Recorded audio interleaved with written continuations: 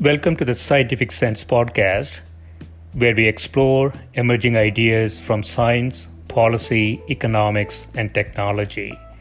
My name is Gill Eapen. We talk with world's leading academics and experts about their recent research or general areas of topical interest. Scientific Sense is an unstructured conversation with no agenda or preparation. We cover a wide variety of domains where new discoveries are made and new technologies are developed on a daily basis.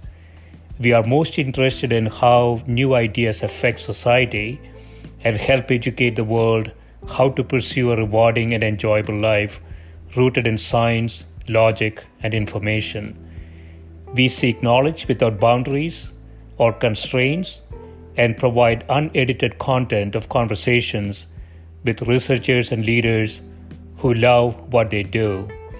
A companion blog to this podcast can be found at scientificsense.com, and this podcast is available on over a dozen platforms and directly at scientificsense.net. If you have suggestions for topics, guests, and other ideas, please send them to info@scientificsense.com, and I can be reached at gill@eapen.info.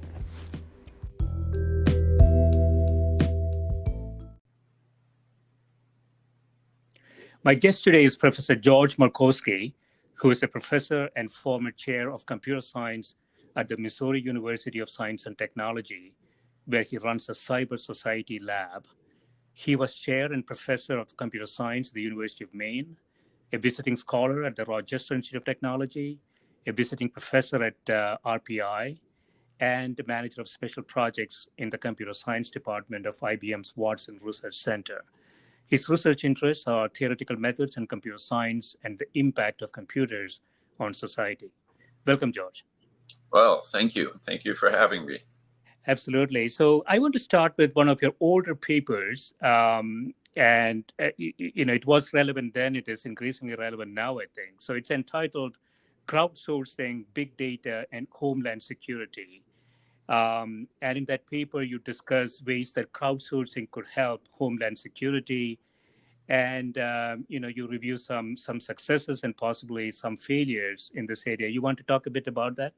Sure. Be happy to. Do you just want me to talk? Yeah. So what is the paper about? How could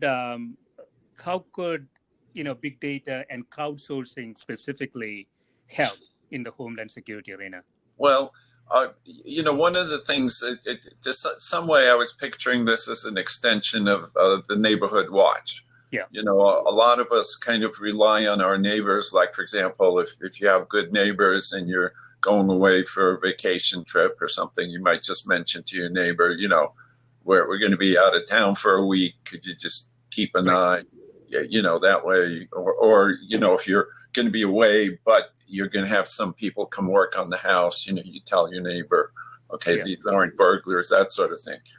So in particular, one of the things that got me thinking a lot about this was the Boston Marathon bombing. Right. And within a relatively short time, people were able to identify the culprits and track them down. And a lot of that happened because, this store had a video camera and there was some other footage that was put together from various places. Okay, so they were able to identify where the blast came. They were able to track some of these people, and then other people recognized some of the grainy shots. So there was a lot of information that came from the community to identify the perpetrators. There was another case that happened in the subway station in New York City, where a thug attacked a woman and stole her purse, but he had a very distinctive sweatshirt, and the police had no leads, were totally unable to find them. But when they posted the picture within like half a day, people said, "Oh, that's so and so," Yeah. and they were led to it. So the idea is, and again, I think what I always worry about is building a big brother kind of society where people are just trying to suppress other people. And so the idea is, how do you find that balance between people helping each other, especially in terms of thwarting terrorism or crime, but at the same time without creating an oppressive atmosphere, where they're paid informers and the government has informers everywhere who are interested in thought control. So that's kind of the background of what the paper discussed. So one thing I was thinking about, George, the social networks now, I want to get your perspective on this. There are a lot of bots on it. There are a lot of fake news and fake, information on it. So would we sort of run out of this type of utility as we go forward? Where are we in terms of real information on social networks nowadays? Well, that's an excellent question, and I'm not sure that there is a really great answer. Although one of the things that I think of, I think it goes back to me anyway, the ideal of the educated person. In other words, even if you look at fake news and things like that, oftentimes if you just stand back and think about it, a lot of it just doesn't make any sense, know. And so I think that what I'm hoping is that we can get people who are really thinking and not just saying, "Oh, I heard this thing repeated here, and then it was repeated here again and repeated there, so therefore it must be true because it's been repeated in 10,000 places." Yeah. So you would say, George, then, from a homeland security perspective, the users of this information will be sophisticated enough to really weed through information fairly quickly to get to the right information. Yeah. In other words, like, for example, if somebody reports, a unicorn was sighted on Main Street. Okay. Now, that could be picked up by trolls and repeated 10,000 times. Right.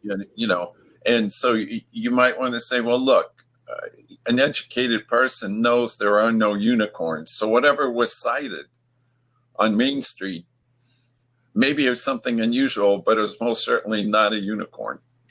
Or very, very low probability of it. Low probability, exactly. Like, it reminds me of a funny story. I was talking to somebody who was working as a ranger in a park in Maine. Yeah. And he said that one time some tourists came rushing excitedly to him to report that there was an alligator in the river. Mm. Okay, now you don't have to know a whole lot about Maine other than to know it's pretty far north and it's cold. Right. And the probability of there being an alligator in the Maine River is extremely low. Mm. And so this tourist, had the tourist thought about it even for a minute, would not have rushed off to the ranger to report an alligator in the river. So I think there are all kinds of fakes and photo fakes, and lots of times, that old saying, if it sounds too good to be true, it's probably not true. Yeah. You know what I mean? So there is an element of common sense that if we could get people, even not like be real educated, it's not that like you have to be an expert on something, but you can use common sense. Yeah. You know what I mean? Like, is somebody really, I don't know, have a $3 billion worth of gold in the trunk of their car or something like that. It's not physically possible. It's what I worry about is really the pictures and videos and things like that, right? So with artificial intelligence techniques now, you can make them make them, almost undifferentiable, in many ways, right? So they, to kind of filter through that requires a level of understanding that may not be there. I would think maybe 80-85% of the population.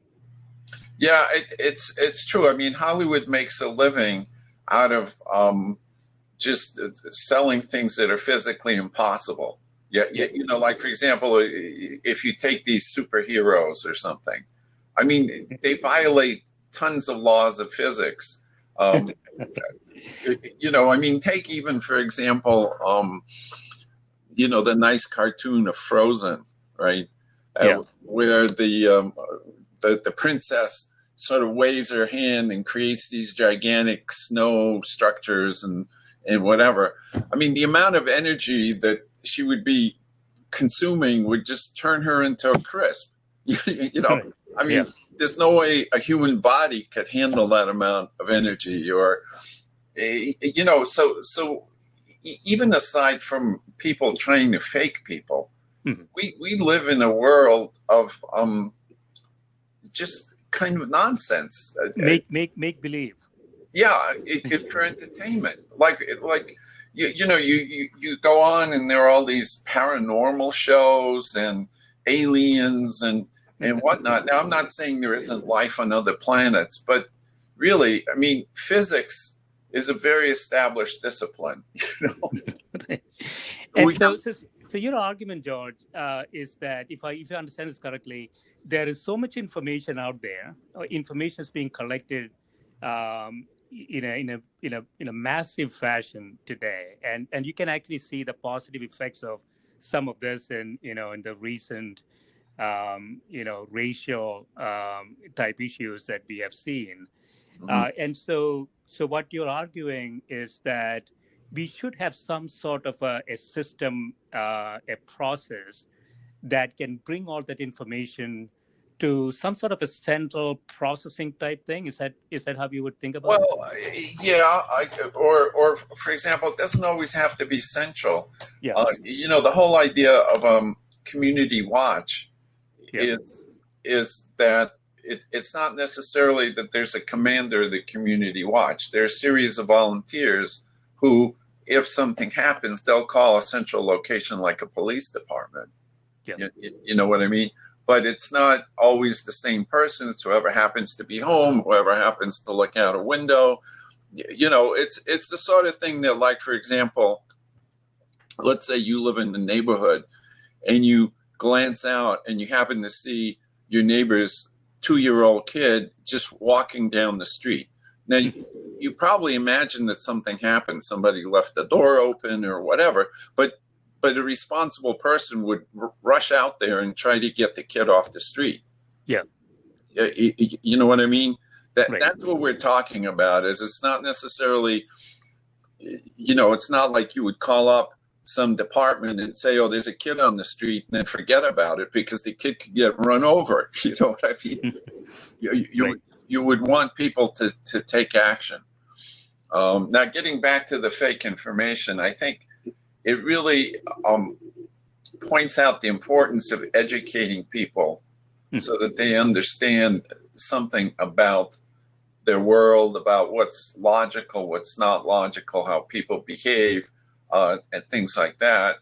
And when they're being fed lies and things like that, a lot of people just kind of accept what's given to them. And what I think is important is to cultivate a more critical attitude. Like, is this possibly true? How can I verify this? Okay, so in other words, like, not just from some websites or Facebook pages because people can control it. Is there some other way that I can verify this? Yeah. Like if 5 different new networks are all reporting exactly the same thing, or 6 different newspapers, or cultivating a more skeptical attitude, I think, is important. Yeah, I agree with that. But it's if decision making is going to be distributed, in terms of partial information, Mm-hmm. then educated society would become a necessary requirement for that to work. I mean, we can already see issues with that, right? People calling police departments because they find somebody of color in the park, you Mhm. know. And so if we cannot get to an educated society, then we cannot. I feel like we cannot really have distributed decision making in the presence of information. Well, I think that's always been the ideal in the American dream. That's why we have public education. In theory, public education is necessary to prepare people to be full participants in a democratic state. Yeah. And I think that obviously we need to do, I think, a better job than we've done so far. And Right. in some ways, it may be that the COVID-19 is causing people to rethink education. Like, what are the key components? What can you do online as opposed to in person? And a lot of questions like that. And maybe we can come up with some new answers and sort of revitalize Yeah. Yeah. education. I want to just touch on another paper briefly, George. The problem of interceptor top level domains. Yes, So top level domains are things like .com, .net, .org, things like that, right? correct. And so what's the issue here? Well, the issue here is that at one point when the internet started out, there were just a very small number of top level domains. There were Yeah. .com, .net, .org, .edu was there at the beginning, like you said. But then they started proliferating. So, for example, each country got a domain. Okay, so there's .us, UK, yeah. .ca, and whatnot. Now, Right. some of those are purposed. For example, Colombia, the country of Colombia, sold its two-letter domain .co is now available for commercial Okay. use. Yeah. So the idea is that there are now, last time I checked, and it's probably more now, there were over, I think, 1,700 top-level Oh, domains. wow. Okay. Okay, and a lot of them are very similar. Like, for example, there was a top-level domain .career, and there's a top-level name .careers with an S. The only difference is career versus careers. So let's say you have a company and you do career or counseling or something, and you call yourself Smith.career. Well, someone who's unscrupulous might set up Smith.careers, Right. and hope, or vice versa, and hope that some of the email that goes to Smith.career, the person accidentally types careers or forgets to type DS or whatever. And now you can get all the email, and you can set up your account in such a way that anything to anybody.career, if they type careers, will come to you. Right. Yeah. So who decides on these TLDs? What's the mechanism there, George? Well, the mechanism is basically you have to pay a bunch of money to an organization that oversees this called ICANN. Yeah. And they really, in my opinion, have not done a good job in trying to prevent people from registering very similar domain names. So, for example, you could, yeah. So you could. So if you're Microsoft, you could technically call ICANN and create a TLD .msft. Yep. And so it just takes a pot of money. That's all.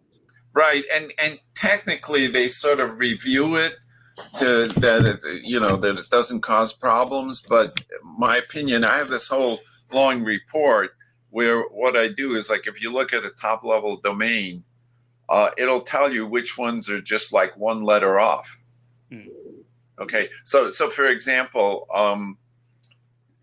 you're familiar with the top level domain edu. Yeah. Right. Well, the European Union has a top level domain .eu. All right. Yeah. Okay. Now you can imagine that somebody either, meant to type EU, but is so used to typing EDU, or there's auto completion or something that they send it to something with the same name, but it's either an EDU as opposed to EU. Or what I could do is, if say I am you have to be a European citizen to register .eu, Yeah. but I could register Harvard.eu. I see. Yeah. Okay, so now some student is applying or thinks they're applying to Harvard.edu, but they make a typo, and we all make typos, so we know how that's like. And instead, they send this email to Harvard.eu. And I could have some kind of fake site there that could, cheat them or mislead them or something. There was one case in the paper where it was supposed to go to GS.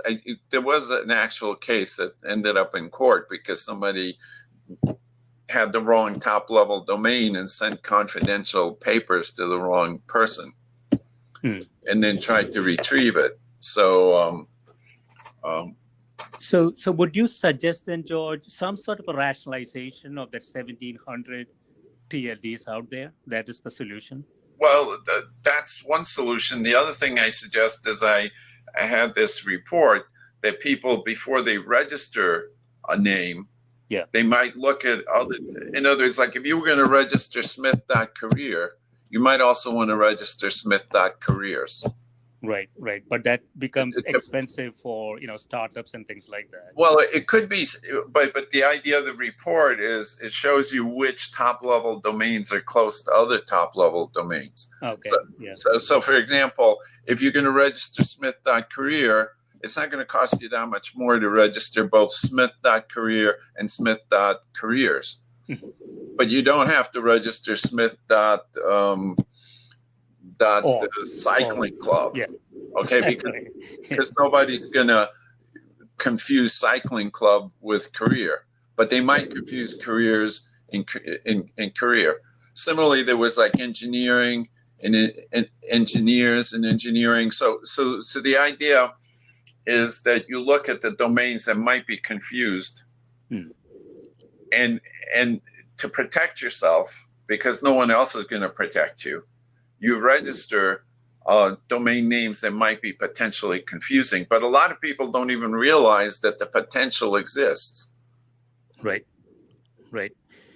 Yeah, so that's interesting. So anybody could create a TLD. They don't really have a monopoly over that TLD. Once they pay ICON and they creates it, then anybody could use that TLD with their name. Right. Well, here's the thing. The person who creates the TLD controls it. So if you want to, like, for example, if I said a TLD, say radio, anybody who wants to register .radio would have to come to me, and I would charge them whatever I want. Okay, so it's a business. People register domains for various reasons, like in some cases, I think there are a couple of like NYC or New York City or something like that, that like restaurants and hotels and stuff, when we had active restaurants and hotels, would consider registering those, for advertising purposes. So the idea is that there are legitimate reasons, like for example, somebody might want to help promote hotels, so they might register the top level domain name .hotel. Okay. Then whoever wants to have, like, say, you had an inn, like Old Faithful Inn, and then you could register Old Faithful Inn .hotel. Right. Okay. Right. But you have to pay the TLD owner some amount. You have to pay the TLD owner, and some TLD owners charge a lot, and like .com is relatively inexpensive, but there are TLDs that are, hundreds of dollars, and there's some TLDs that are restricted. Like, for example, to get a .us, you have to be a citizen of the US. At .eu, you have to be a citizen of the European Union. So there are a lot of country domains that you have to, if you want a registered domain, you have to be a citizen of that country. Others are available to anybody, like .com, .net, .org, available to anybody in the world. .edu is restricted to educational institutions in the Right. U.S. Yeah, so what you're suggesting, George, if I understand this correctly, you can create a little program taking into account all the 1,700 TLDs out there. And if somebody wants to register a domain with a TLD, you can get some guidance as to what is close to that, Right. and essentially get all of those in one shot. Yeah. See, like, for example, even IBM, let's say, doesn't have registrations in all 1,700 categories, but they certainly have IBM.com. They probably have IBM.co because it's close, it's one letter off, and then of course IBM probably has in different countries where, so like if there's IBM Canada, they probably have IBM.ca, things like that. Okay. But even IBM, like I was, as part of the experiment, I think I was able to register like IBM-USA.com or something like that, which is confusingly close. Right. Yeah, that it's a problem, and I don't know what the long-term solution might be. I want to jump into another paper, George. Sure.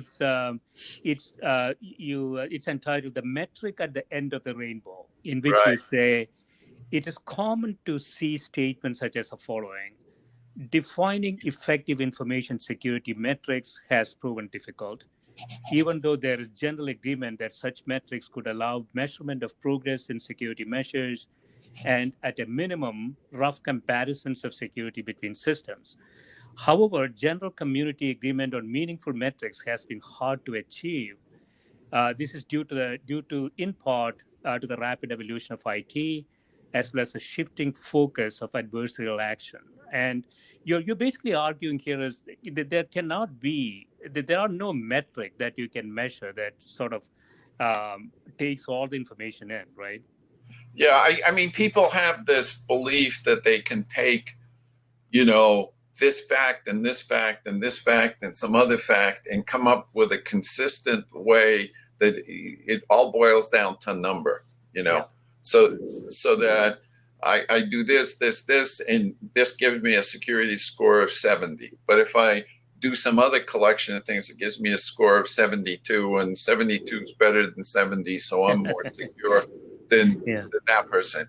And what I'm saying is that, I back it up with some mathematical arguments. It's related to something known as Arrow's theorem, is that basically you have to figure out what your basic criteria is, what your one factor is, and then you can rate things. But if you try to incorporate 6 different things, you're essentially either going to have an inconsistent measure, or it's really going to be dominated by one of those things. Right. Yeah, one of the things, there's obviously math here. One of the things that I find it kind of amusing is that you say you can apply Arrow's theorem to the effect that the only method that produces a logically consistent choice from a group of logically consistent people in an election context is to appoint a dictator that let that person make all the choices. We have many democracies around the world that's close to this now. So what's the argument there? Can we talk about it in less mathematical ways? Yeah, I mean, the basic thing is, and well, you can see it in practice. Okay, if you have a democracy and you have lots of opinions, people sort of point out, well, sometimes you have logically inconsistent results, and the answer is yes. Because one set of factors gets weighed, you come up with one decision, then other people come in, they have other factors, and you change the decision. I mean, look at your own life. I mean, like you're trying to decide something. I mean, how many of us have struggled with, well, gee, if I do this, it looks like it's a good idea. If I do this, it looks like a bad idea. Yeah.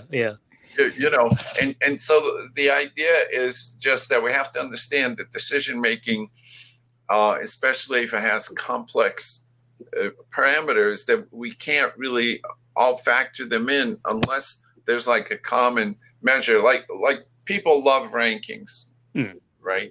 They all these college rankings and stuff. But if you boil them down, you'll see that probably a lot of them really relate to the size of the endowment or the student faculty ratio or something like that. But they'll come in and they'll tell you, oh, you know, we factored in these 60 things. But the answer is, no, you haven't. You've either taken those 60 things and all reduced them to a particular scale. Right. You know, where we're going to give so many points for your student faculty ratio, or, you know, so there's this abstract scale. So you basically have taken all the parameters and reduced them to one. Right.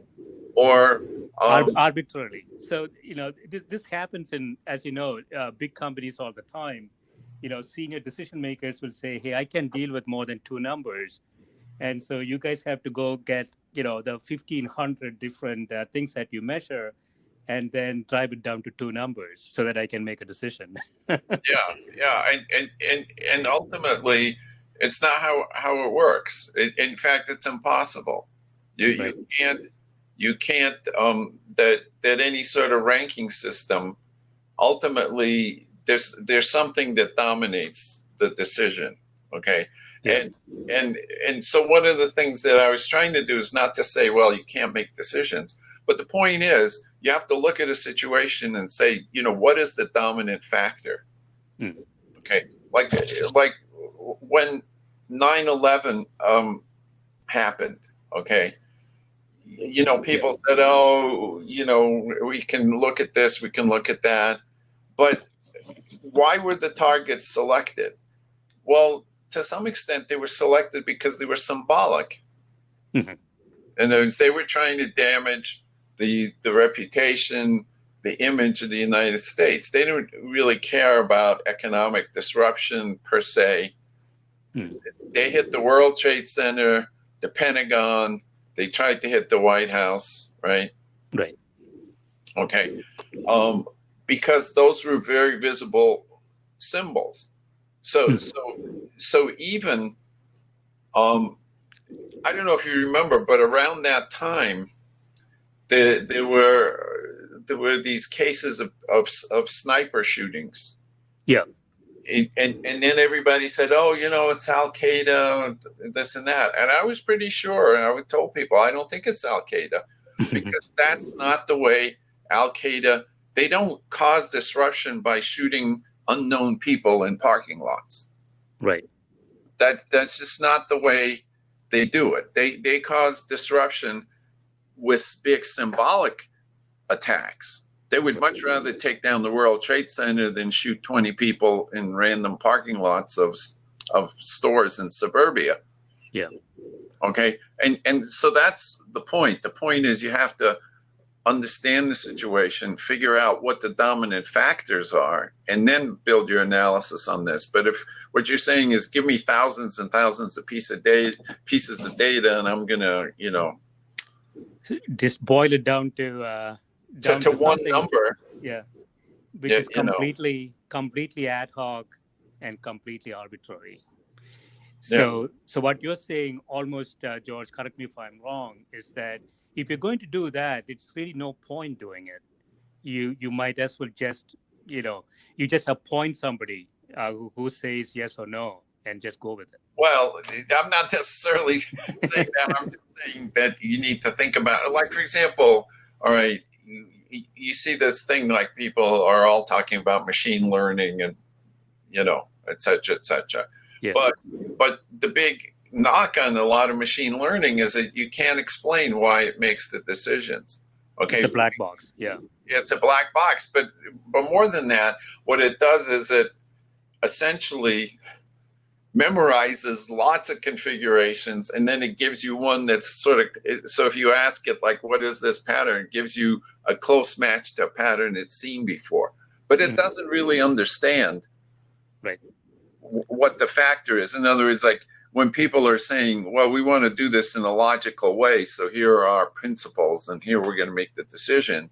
That's not what machine learning does. Machine learning says, oh, I've looked at 100,000 examples, and this one is the closest to what you're showing me. So I'm going to say it's closest to this one. Yeah. Yeah. Okay. But if you ask it, well, why did it pick that one? The answer is, well, nobody knows. It's buried somewhere in the neural network that picked that out. There was some kind of similarity there. But that's also why they can be fooled. Easily, yeah. Right. Even with facial recognition, if I just put like a plus on my cheek, it suddenly thinks that I'm somebody else, you know. Right. Yeah, so it's very brittle. And so this is not in the paper, but I want to get your perspective. A lot of excitement around artificial intelligence. We have been here before. Where do you think AI is heading? Are we getting better? What's your prediction, let's say 5-10 years into the future? Well, there's no doubt we're getting better. I mean, certainly machines can solve all kinds of problems that they couldn't solve before. I mean, back around 1980, I worked with voice recognition systems, and they were very difficult. You had to extensively train people, and you got spotty results. I mean, now most people can call on the telephone, some kind of voice system, and say numbers and some simple commands without any training. Even people, who have non-standard pronunciation and things like that can often be understood. Right. So practically, we've come a long way, for sure. Yeah. But do you think, so the brittleness that you just described, the brittleness of those systems are, seems to me it's also increasing. So there is almost sort of a parallel path to defeat it as well. Yeah, there is. And I think that what we need to understand is how do we, I mean, that's one of the things I'm trying to comprehend is how do we live with the machines? Right.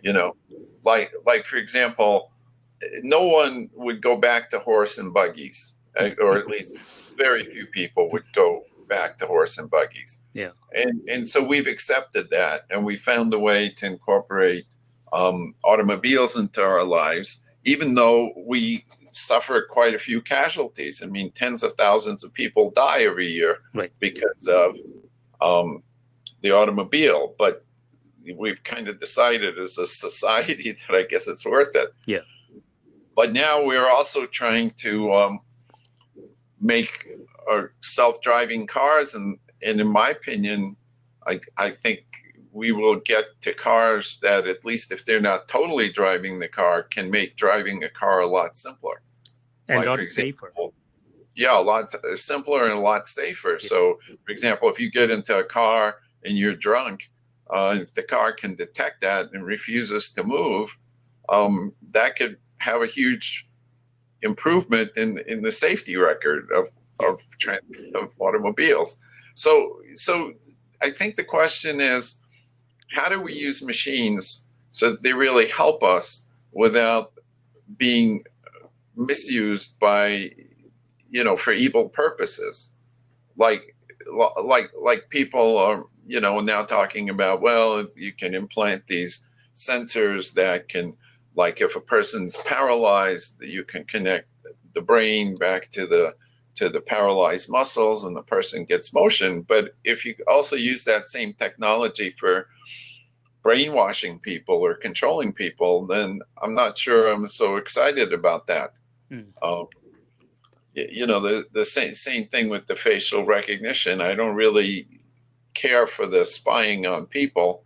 Yet, when people say, oh, it's this great thing, you come in the store and it recognizes your face and it knows you want to buy diapers or something for your kid. Yeah. it kind of passes from being useful to being creepy. Yeah, but I wonder if it's unavoidable, though, George. If we are on this track, we cannot. I believe we cannot selectively, let it do certain things, but not others. Well, I don't know. I mean, I think we can certainly try to have some input into it. The question is ultimately, will we be successful? I don't know, but I believe we should try. Yeah. I want to jump into a talk that you had, which is very topical, and that's about COVID-19 modeling.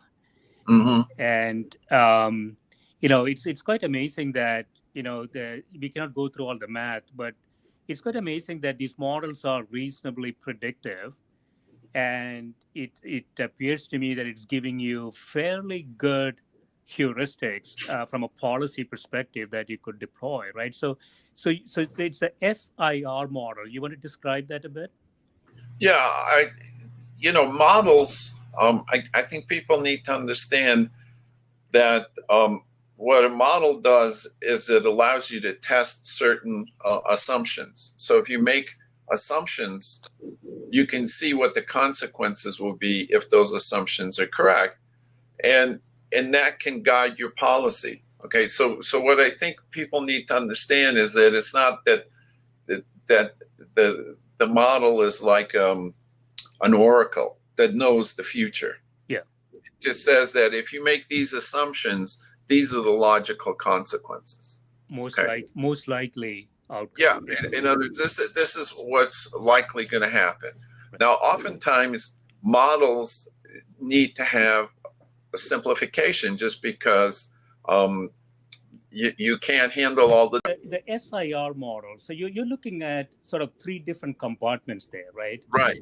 It's the simplest model that you can have, and you have three groups, S, I, and R.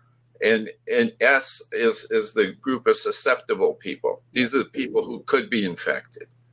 And I are the people who are infectious, not infected, but infectious. In other words, these are the people who can give it to someone. So they're infected, but they're not really showing any symptoms. They could be asymptomatic, but they're infectious. This model does not address symptoms. Right. We all it says is you are in the S category if you can catch it. Right. You're in the I category if you can give it to someone. Mm-hmm. And you're in the R category if you have gotten to the point where you can't catch it and you can't give it to someone. Yeah. So what you can, so it's susceptible, infectious, and recovered. Now, recovered is kind of a strange term because recovered includes people who died. Right. Because they can't infect anybody, but we would, in normal usage, would not call them recovered. Right. So you can augment the model by adding, say, a D category of people who died. But it shouldn't really matter, right, from a mechanics. Well, yeah. I mean, in this, what you're trying to do is just see how the flow goes from people infected. At which point does it stop? Does the whole population become infected? Does it get to a certain point? Okay. Now, again, in such a model, you have to make assumptions like what's the likelihood that if someone is infectious, that they will actually infect a person? How many people? Now, clearly, if you look at people, different people see different numbers of other people per day. Like some people maybe have a job where they just sit and program in a room and they don't see anybody all day. Other people are out there mixing with lots of people. Yeah. We don't have the capability of modeling each person's steps, so we make an average. We say, well, assume a person sees 10 other people per day. So you have set of assumptions in these boxes, and essentially you have people flowing from S to I to R. Exactly. And you also have, sort of policy. You could change these assumptions, right? For instance, if you have a lockdown, a national lockdown, you can probably substantially affect the I bucket, right? Yeah. In other words, if infectious people don't see Yeah. anybody, okay, they cannot then infect anybody. Right.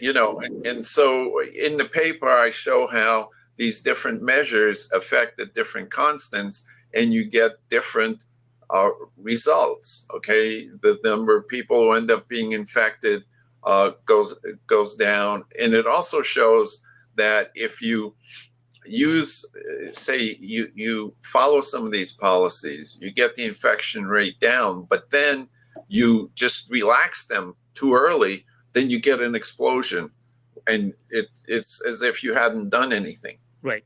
And then Because, once you have the explosion, pulling back is really difficult as well, right?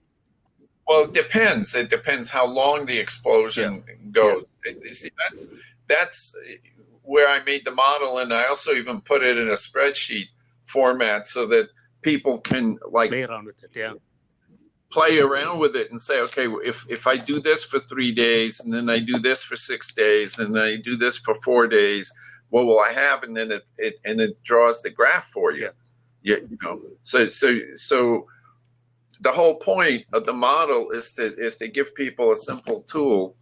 And by the way, they can download it from my website if they want to play with this. I have it both as a Python program and an Excel spreadsheet, so you don't really have to be very mathy to plug the numbers in and see what happens. And I have a couple of samples, and you could see that there's just a lot of variation.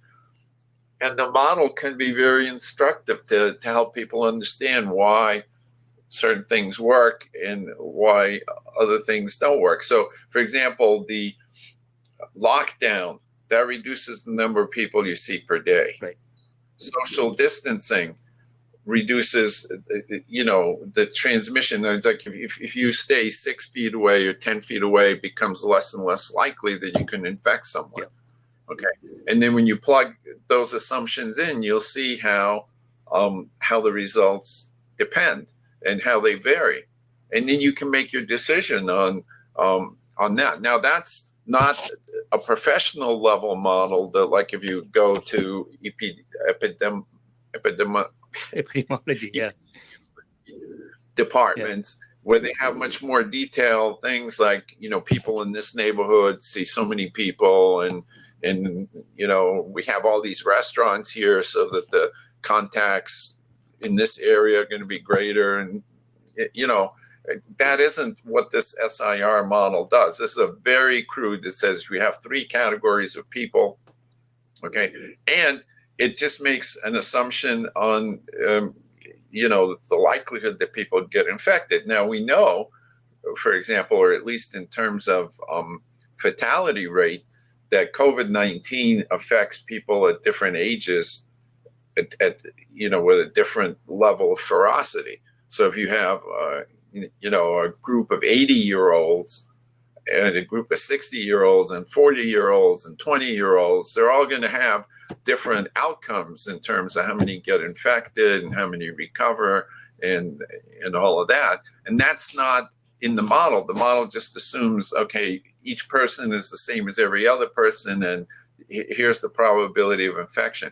Yeah. So even this macro model, George, you have some very interesting observations from it, right? So, for example, you say the model very clearly illustrates the value of testing and quarantine, distancing, social isolation, and washing your hands and not touching your face. So those interventions that that people have been talking about right from the beginning of this pandemic, are all very important, and all of those, like you say, is going to reduce the growth in the middle bucket, in the I bucket, right?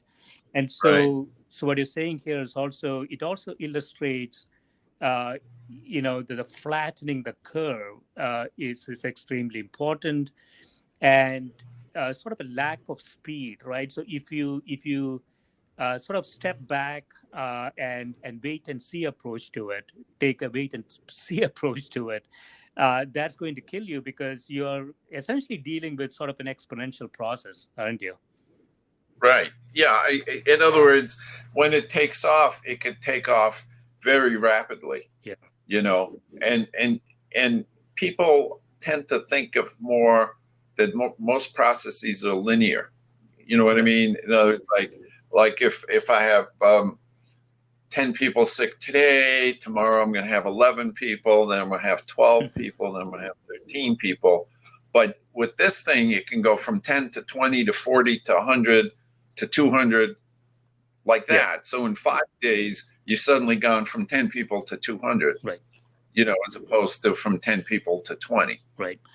And so, given where we are today, George, what is, in conclusion, what is your sort of prediction as to how effective we are going to be? We know what the run rates are in these buckets now. Certain states have done it really well in the tri-state area, where the pandemic really sort of started in the U.S. context. Have been able to bring it down to close to zero infection rate. But there are Mm-hmm. other states that have a positivity rate exceeding 20%. So, in general, where do you think we are in the Well, pandemic? I think it's difficult to just give one answer, one size fits all Yeah. answer. I really think that it's just, I mean, the same thing. I mean, you can see what's happening around the world. Different countries have contained it relatively well by really following policies and responding immediately and doing contact tracing. And in the United States, we have 50 states, and it's almost like 50 different programs. Yeah. So it's hard to say where we are as a we, but you can see that, and I think that's one of the worrisome things about all this push to reopen schools. Is the question Mm. is, how's that going to work out? Are we going to go back to, um, July and June when things were racing out of control? Are we going to go back up to 70,000 new infections a day? Yeah. It's kind of hard to believe that we're going to avoid it because we don't seem to be doing the things that we need to be doing. Now, I'm not saying everybody's not doing them, but there are enough people not doing them so that it just keeps things alive, I'm afraid. Yeah, yeah. I think that's a good point, George. I mean, we have 50 different countries almost, and they have their own policies, but we don't really have travel restrictions. They're not really countries, right? They're states. And so they're behaving as if they're countries from policy perspective, but they're not countries. There is free movement of people from one to the other, which would imply that we will have this disease sort of, moving around the entire country for a long time, if that's the case. Yeah, because what we're doing is we're kind of almost keeping it alive, like Yeah. we bring it down and then we start opening it up and spreading it again and getting groups of people who weren't infected before infected now. So initially, a lot of this happened, the infection happened in the more populated areas. But now it's beginning to show in the less populated, in the rural areas, much less densely packed. And, when you reopen schools, like especially universities, what are you doing? You're bringing thousands of people from all around the country to one location. Well, that's almost like concentrating the virus. In very close proximity, yeah, in college campuses, yeah. Very close. And I know people are blaming students and all that, but really, if you bring thousands of people and house them close to each other, and they're going to interact with the community, I mean, even if they try their best, it's very difficult. Yeah. It's just because the virus never sleeps. Right. Yeah. You, It's exactly like you say. We are keeping it alive. yeah, in other words, like you could wear your mask 99 times out of 100. Yeah.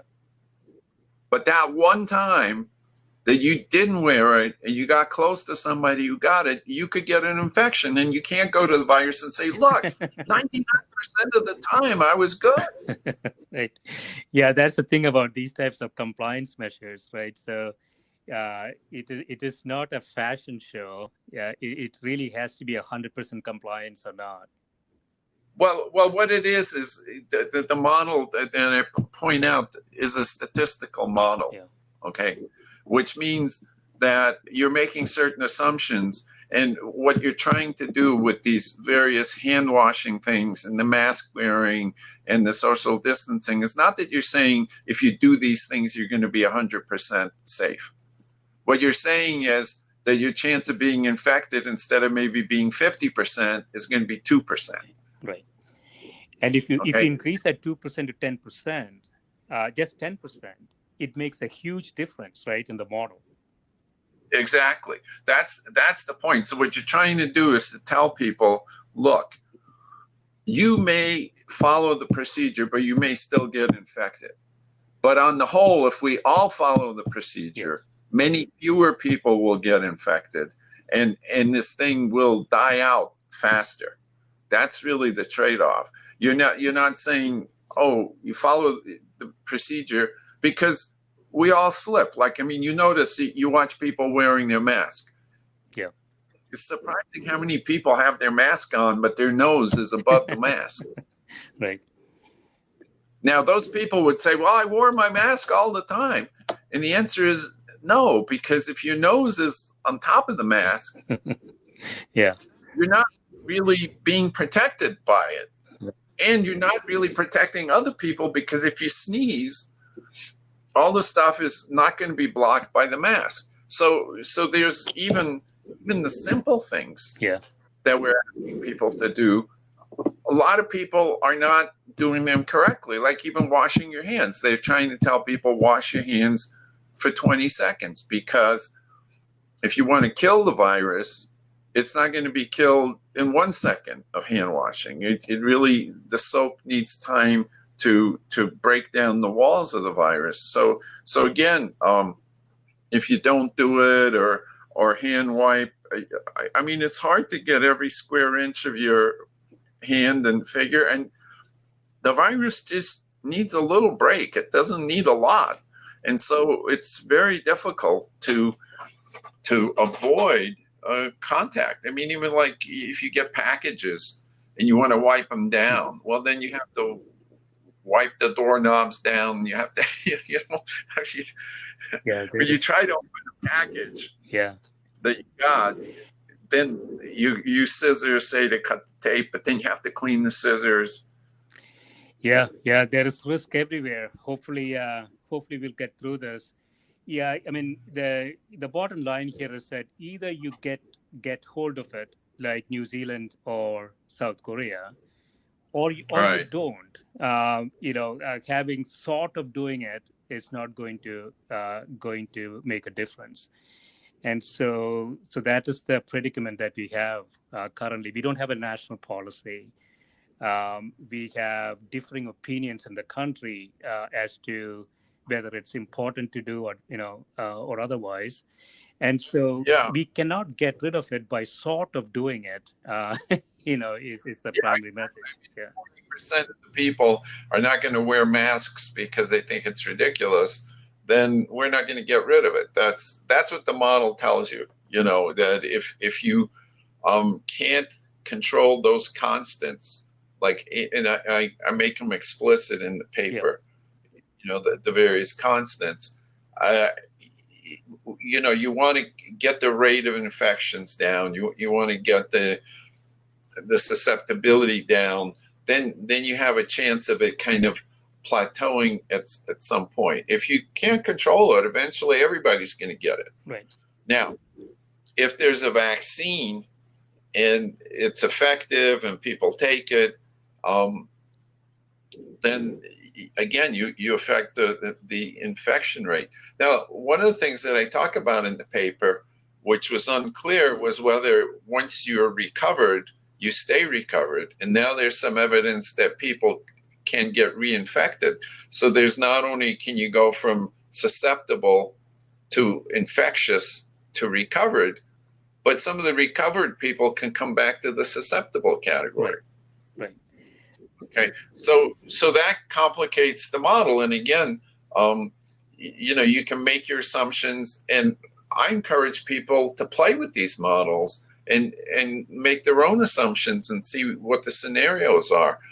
Well, we have this habit of debating all these results, but people don't want to use models. I think if everybody who got up there and had an opinion had to give a model, we could have much more constructive discussions. We'd say, okay, so what's your model? Yes.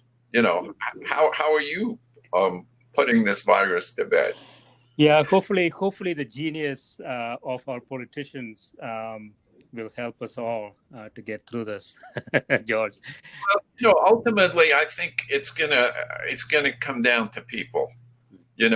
Because if people have this experience, they start losing people, or they see other people they care about suffering, possibly dying, it's going to change their opinion. Unfortunately, that's a hard way to learn, but I think eventually people are going to realize that, we have to do stuff that maybe they don't want to do, but that's going to be the answer. Now, of course, if the vaccine comes, that'll help. But again, you're seeing these statistics, 40% of people say they're not going to take the vaccine. So I don't know, this could go on for 10 years. Yeah, let's hope not. This has been great, George. Thanks so much for spending time with me, and good luck with all this research. Well, thank you, and thank you for your interest, and always glad to talk to you. Thanks so much. Bye. Thank you. Bye.